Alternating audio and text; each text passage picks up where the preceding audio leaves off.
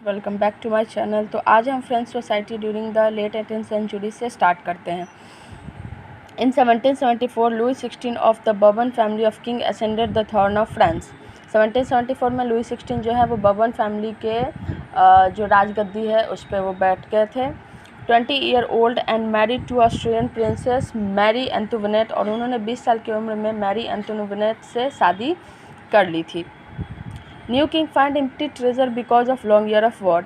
क्योंकि वो नए राजा थे, 20 साल की उम्र में वो राजा बन गया, तो जब वो राजा बने थे तो ट्रेजर यानी राजकोष खाली हो चुका था, क्योंकि फ्रांस उनके राजा बनने से पहले बहुत लंबा युद्ध लड़ चुका था और युद्ध बिना पैसों के नहीं लड़ी जाती।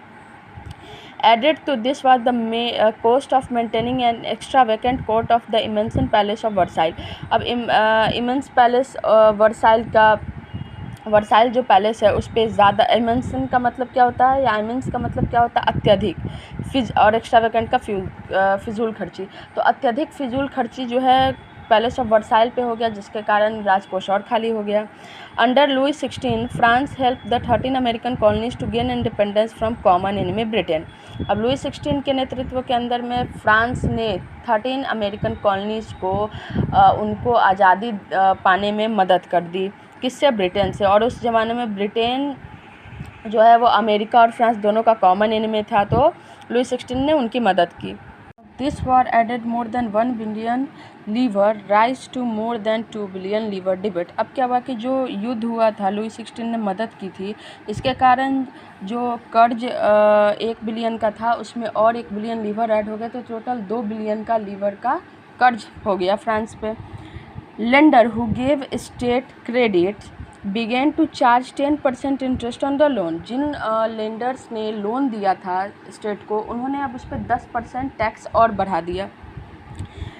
Government was oblige to spend on interest rate, increase the interest rate on its budget on interest. अब देखो क्या हुआ कि अब गवर्नमेंट जो थी, जो फ्रांस की गवर्नमेंट थी, अब वो बाध्य हो चुकी थी, मजबूर हो चुकी थी जो इंटरेस्ट लोगों से ले रही थी या जो फिर वो टैक्स ले रही थी उसे बढ़ाने के लिए। क्योंकि देखो, अगर किसी गवर्नमेंट पे अगर कोई टैक्स बढ़ता है या कर्ज बढ़ता है, तो गवर्नमेंट क्या करती है, उस कर्ज को चुकाने के लिए जिसको पैसे दिए या जो टैक्स है उसको बढ़ा देती है। सेम फ्रांस ने भी वही किया, क्योंकि उसने मतलब गवर्नमेंट ने जिन लोगों से पैसे लिए थे उन्होंने ही अपना टैक्स इंक्रीज़ कर दिया था 10%। State was force to increase tax to maintain the army, court officers and ETC। अब क्या हुआ कि अब स्टेट भी टैक्स इंक्रीज़ करने लगी, क्योंकि स्टेट को रन करना है school, colleges, office, government bodies, court, army, तो ऑब्वियसली उन लोगों को भी पैसे चाहिए मेंटेन करने के लिए। तो स्टेट्स ने भी क्या किया, टैक्सेस इंक्रीज़ कर दी। France society was divided into 3 state and only 3rd member had pay to taxes. अब देखो 18th सेंचुरी में फ्रांस जो है वो 3 स्टेट में डिवाइड था। फर्स्ट है क्लर्जी, सेकंड है नोबिलिटी एंड थर्ड स्टेट में आते हैं big businessman, merchants, court officials, lawyers, फिर peasant and artisan and small peasant and landers, labour and servants. तो क्या था, इन दोनों को तो टैक्स देना ही नहीं होता था, सिर्फ इन लोगों को टैक्स देना होता था। ठीक है। The society of state was part of a feudal system that dated back to the middle age. अब देखो, ये सोसाइटी जो था, ये जो स्टेट्स के जो सोसाइटी थे, ये फ्यूडल सिस्टम के पार्ट थे। अब मैंने आपको कल बताया था कि मैं आपको feudal system and subsistence crisis के बारे में बताऊंगी। तो चलिए फ्यूडल सिस्टम समझते हैं, जानते हैं फ्यूडल सिस्टम क्या होता था। फ्यूडल सिस्टम में राजा जो है वो अपने स्पेशल पर्सन या नोबल्स को ज़मीन दे देते थे, ठीक है, और उनसे बदले वो क्या करते थे कि अपना काम करवाते थे। अब क्या, जो नोबल्स या स्पेशल पर्सन थे वो आर्मी या नीड्स को वो ज़मीन के टुकड़े जो हैं वो दे देते थे और उनसे वो अपना काम लेते थे। स्पेशल आर्मी होती थी जो इनको सर्व करते थे या किंग को। अब ये आर्मी क्या करते थे कि ज़मीन के टुकड़ों को छोटा छोटा पीसेस करके और पीजेंट्स को दे देते थे, ठीक है, और उसके बदले में पीजेंट क्या करते थे, वो बिना पैसे के मतलब लिए हुए इनको सर्व करते थे, ठीक है, इनको सर्व करते थे या घरों पे काम कर लिया करते थे इन लोगों के। तो क्या था कि यही सिस्टम को हम क्या कहते हैं, फ्यूडल सिस्टम कहते हैं। एक हायरार्की बन जाती है कि किंग से ये जाते हैं नोबल पे, नोबल से जाते हैं ये नाइट्स पे, नाइट्स से जाते हैं पीजेंट्स पे, और ये इसको दिया, फिर ये इसको दिया, फिर ये इसको दिया, इसने इसको सर्व किया, फिर इसने इसको किया, ये इसने इसका सर्व किया, और ये इन तीनों को सर्व करता था। तो ये एक सिस्टम थी, ठीक है।